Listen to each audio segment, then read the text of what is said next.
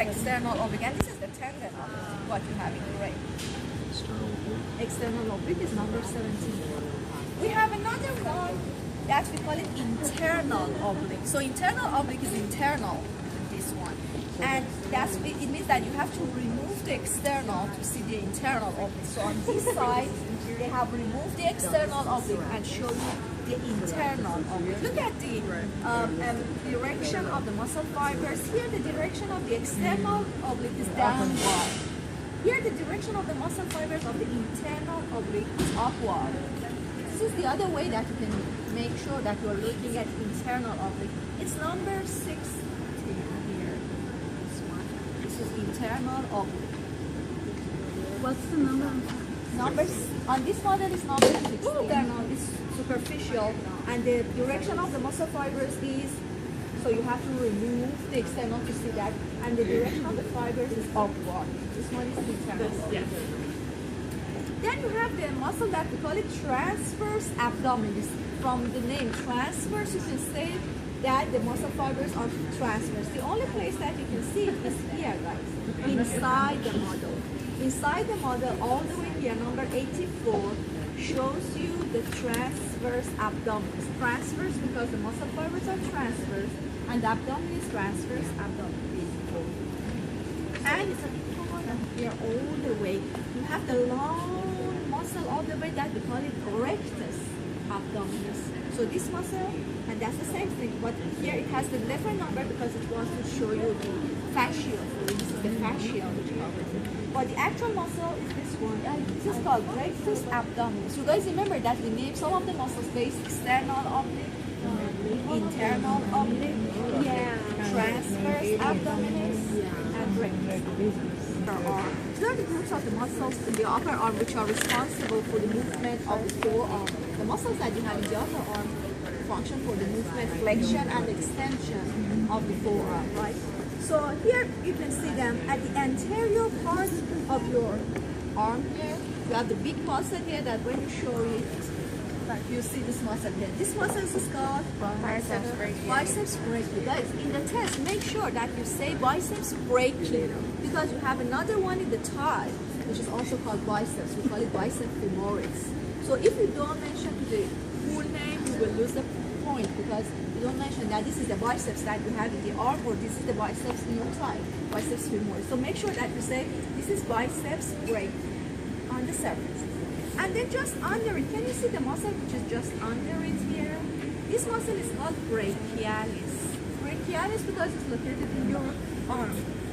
Brachial area, brachial. So biceps, brachii, and brachialis. And then posterior to your arm here, just here, you have a big muscle that we call it triceps brachii. Guys, why do we call this guy biceps brachii? Two attachments. Because it has two attachments. I cannot remove it because they have fixed it, but if you remove it, you will see that it has two parts. Like, oh, that's why we call it biceps brachii. But here you have the triceps brachii. We call it triceps because it has three parts. It had three heads actually that you have to know. Which one is triceps? Lord, it starts from here to here, all the way. And it has three heads. One head is here, number 18. That we call it medial head. That's medial. What does it mean, medial? Closer to the midline. And then you have the one in the middle. That we call it long head. That's the long head here, number 17. And there is another one here that we call it lateral head, number 16. So the triceps muscle is called triceps because it has three heads. What is this small head here? Medial. What's the long one in the middle? Long head. What is the other one here, which is lateral? Which is at the same side at your thumb. So this is the lateral head. So you have the triceps muscle. Triceps muscle has three heads. One more time: medial, long head, and lateral. So we have to identify the head to be responsible for that. Please. So these are the things that we have to know in the arm. You have to know that this is the biceps, what? Biceps what? Brachialis. The under it, this muscle is called Brachialis. brachialis, and then posterior to your arm, You have a muscle with 3 heads. In general, we call it triceps, but it has 3 heads. This head is called medial. This head is called. This head is called. I want to ask about the brachial.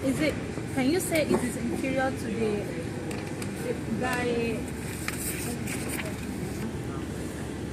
Medina, where are you? But also the triceps also is inferior to the deltoid. All of them are inferior because this is your deltoid muscle. So all of them are inferior to the deltoid. Okay, but which one do you call the brachial? The brachialis. Yes. Brachialis. This is the biceps femoris, right? I'm sorry, biceps brachii. Just under it, this one. Oh, okay. This is brachialis. This one is fixed, but probably the other models that you have, you can remove it. When you remove it, very clearly you can see the brachialis.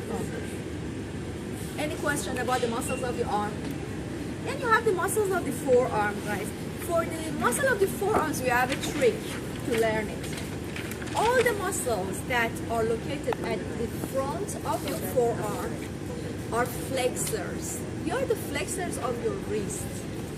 All the muscles which are located posteriorly here are extensors. So that's the rule which will help you to remember the names. These are the flexor muscles, these are the extensor muscles. Make sense?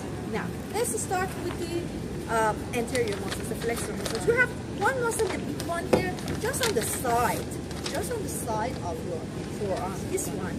This one is called brachioradialis. We call it brachioradialis because it comes from the arm and it goes toward the radius. Do you remember radius here? So brachioradialis is the big muscle here. On this one is number 19 here. So this big muscle number 19 here is brachioradialis. Why brachioradialis? From It talks about the connections, origin and insertion, because it connects the arm into the radius. Just next to it, can you see this small muscle here? Just next to it. This small muscle is called pronator teres. Pronator teres. This small one here. Number on this model is 22. Pronator teres. The small one. That's true. Pronator teres. That's true. And just next to it, guys, this long muscle here is called, we said that the muscles at the anterior aspect are flexor or extensor. Flexor. So this is the flexor. Carpi radialis. It's easy to remember because number one, it's here, so it's flexor. Number two, it's the flexor of what? Your wrist. So that's why we call it flexor carpi. And radialis because it's just next to the radius. Where you have your thumb is your radius, right? So this muscle is flexor carpi radialis. On the other side here, where you have your ulna, can you see the part of the ulna here?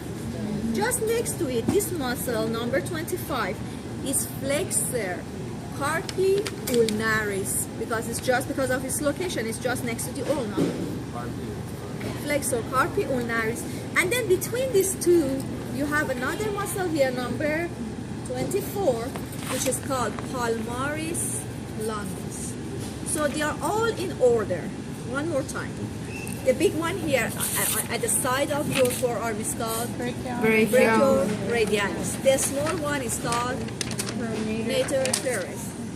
The long one here, just next to the radius and at the same time with your thumb, is called Flexor carpi radialis. On the other side, just next to the ulna, this one is called Flexor carpi ulnaris. And between these two, you have the palmaris longus. Palmaris because it goes where? You can see it. It goes where? To your palm. And longus because it's the long muscle. It's a long muscle which goes to the palm. We call it palmaris longus. You got it, maybe? One more time, you tell me. What is this one? Brachioradialis. This is the small one. This is Flexor carpi radialis. this is Flexor carpi ulnaris. and this is the Palmaris palmaris longus. longus. Right. Then you move to the posterior side. At the posterior side, you have the extensors, isn't it? This is your ulna, isn't it? So ignore the small one here. The big muscle here, just next to the ulna at the posterior side. Number 32. is extensor, because you are looking at the posterior aspect. Extensor carpi, that's the extensor of your carp. Extensor carpi ulnaris, just next to the ulna, right? And then on the other side here, this is brachioradialis, huh? Just next to the brachioradialis, here number 20. This is extensor carpi radialis. So this is extensor carpi ulnaris, and this is extensor carpi radialis. And between these two, the big one here, number 30, is extensor digitrum, because it's the extensor of your digits. This is extensor. I think that's enough for today. One more time. That's a lot of words. One more time. The muscles of the forearm. You will tell me. The big one on the side. Brachioradialis. The small one just next to it. Pronator The teres. long one here, which is the flexor just next to the radius. Flexocarpi radialis. Radialis. On the other side. Flexocarpi ulnaris. In the middle. Then Then you go to the posterior side, just next to the ulna. This one extensor carpi is ulnaris. ulnaris, this one. External carpi Carpi radialis. radialis in between. Extensor digitrum. Thank you guys.